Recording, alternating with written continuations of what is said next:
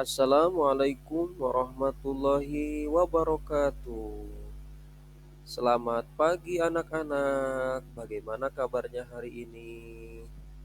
Mudah-mudahan selalu ada dalam kesehatan. Amin ya Allah ya Robbal Alamin. Anak-anak, pertemuan hari ini kita akan membahas tentang hari kiamat, tetapi sebelumnya kita awali dulu pembelajaran hari ini dengan membacakan basmalah dan doa. Bismillahirrahmanirrahim. Raditu billahi robba wa bil islami dina wa bi Muhammadin nabiyya wa rasula. Amin ya Allah ya Rabbal alamin. Anak-anak, peta konsepnya dari hari kiamat atau ketika bumi berhenti berputar. Yang pertama makna hari akhir, yang kedua macam-macam hari akhir, yang ketiga tanda-tanda hari akhir, dan yang keempat hikmah hari akhir. Nah, selanjutnya coba amati oleh kalian semua dari 4 gambar tersebut. Kira-kira apa yang kalian pikirkan atau tergambar di dalam pikiran kalian semua? Nah, baik anak-anak, selanjutnya makna hari akhir. Apa sih yang disebut hari akhir? Nah, hari akhir atau hari kiamat adalah peristiwa hancurnya alam semesta beserta isinya yang diawali dengan tiupan sang kakala oleh malaikat Israfil dan diikuti dengan hancurnya luluh alam semesta dan semua makhluk hidup akan mati. Percaya kepada hari kiamat adalah termasuk rukun iman yang kelima. Kedatangan hari kiamat ini tidak seorang pun yang mengetahui kapan akan terjadi. Yang mengetahui kedatangan hari kiamat hanyalah Allah Subhanahu wa Ta'ala. Setelah terjadinya hari akhir, semua makhluk akan mati. Setelah itu akan dibangkitkan kembali dan dikumpulkan di padang mahsyar untuk mempertanggungjawabkan amal selama di dunia. Nah, selanjutnya dalil tentang hari akhir. Nah, tentu banyak ayat-ayat Al-Quran yang menjelaskan tentang hari akhir atau hari kiamat. Nah, seperti dijelaskan di dalam surah Al-Qari'ah, surah Al-Jajalah, dan surah Al-Waqiah. Nah, di sini Bapak hanya menampilkan dalil tentang hari akhir, yaitu surah Al-Qari'ah dari ayat 1 sampai ayat 11. Nah, silahkan bisa dilihat dan bisa dibaca bersama-sama sambil melihat juz amma atau Al-Quran.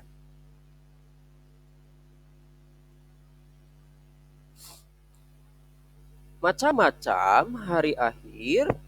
Nah, yang pertama ada kiamat sugro atau yang disebut kiamat kecil. Nah, kiamat sugro adalah hancurnya alam di sekitar kita, misalnya gunung meletus, gempa bumi, dan tsunami. Nah, yang kedua, kiamat kubro atau kiamat besar.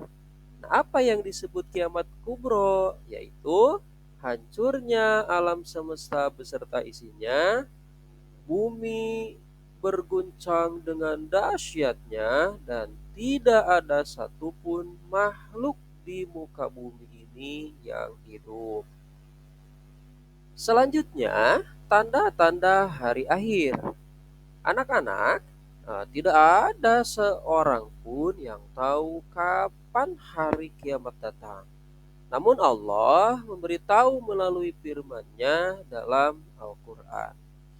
Nah, di antara tanda-tanda hari kiamat secara umum adalah yang pertama, banyak ulama muslim yang wafat, kemudian yang kedua ilmu agama dianggap tidak penting, yang ketiga maksiat makin terang-terangan dan kejahatan di muka bumi semakin merajalela.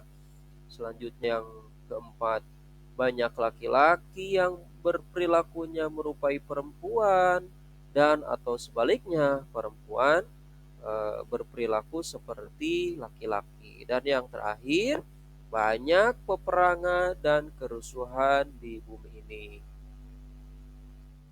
Nah, selanjutnya anak-anak, tanda-tanda hari kiamat secara khusus itu dibagi menjadi dua. Yang pertama, tanda-tanda kecil hari kiamat atau kiamat sugro, yaitu yang pertama, wanita menyerupai pria, orang tua membunuh anaknya dan anaknya membunuh orang tua. Kemudian umat Islam semakin banyak, namun wujudnya seperti buih di lautan atau tidak tampak. Selanjutnya, ilmu agama dianggap tidak penting, kemudian minuman keras merajalela, banyak terjadi gempa bumi, dan jumlah wanita lebih banyak daripada laki-laki. Nah, selanjutnya tanda-tanda hari kiamat kubro atau besar, yaitu matahari terbit dari arah barat, turunnya Ya'juj dan Ma'juj, turunnya Imam Mahdi, kemudian hancurnya Ka'bah, dan turunnya Nabi Isa alaihi salam. Nah, anak-anak, setelah mengetahui tanda-tanda hari akhir, nah kita akan mengetahui tentang nama-nama hari akhir. Nah, nama-nama hari akhir itu yang pertama yaitu Yaumul Qiyamah, artinya hari kehancuran. Nah, pada hari itu bumi dan alam semesta serta semua isinya akan hancur atas izin Allah.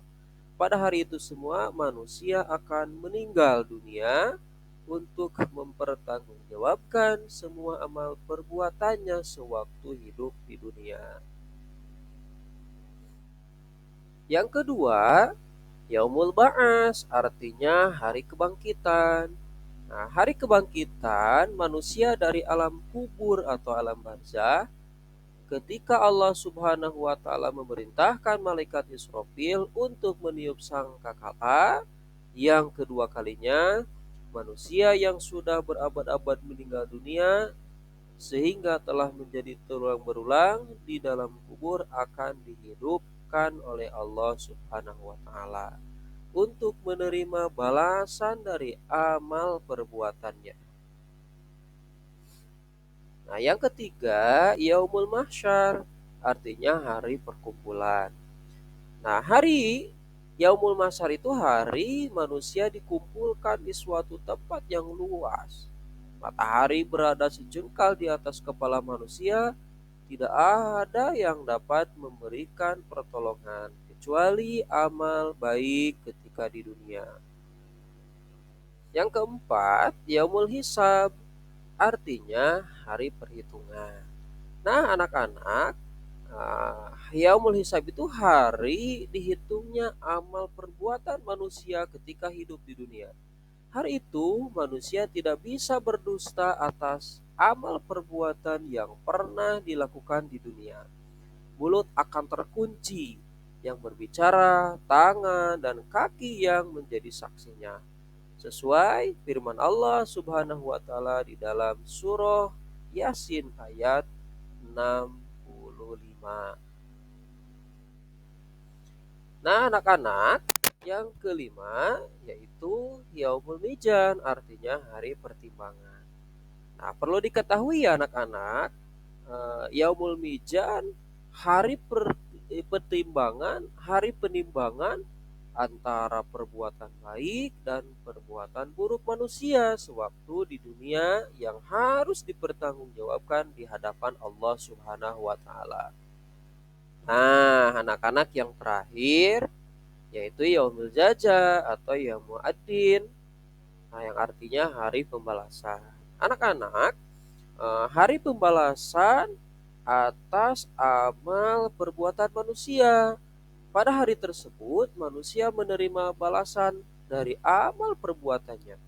Perbuatan baik akan mendapatkan balasan kebaikan, dan perbuatan buruk akan mendapatkan siksaan. Nah, selanjutnya, hikmah beriman kepada hari akhir. Setelah kita mengetahui makna dan tanda-tanda hari kiamat serta meyakininya, ada hikmah yang dapat kita gali. Nah, antara lain sebagai berikut. Yang pertama, kita bertambah yakin dengan kebesaran dan kekuasaan Allah Subhanahu wa taala. Yang kedua, kita bertambah semangat mengerjakan amal kebaikan.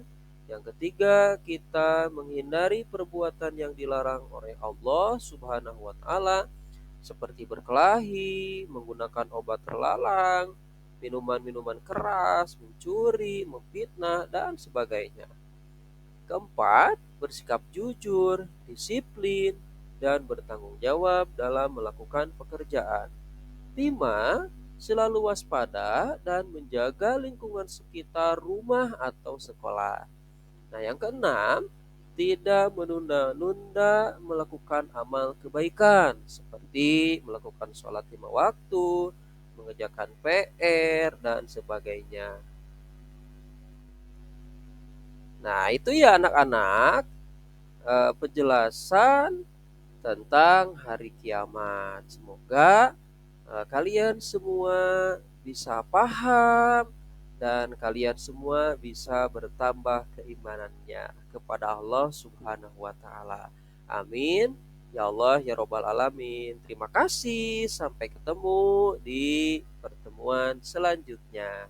Assalamualaikum warahmatullahi wabarakatuh.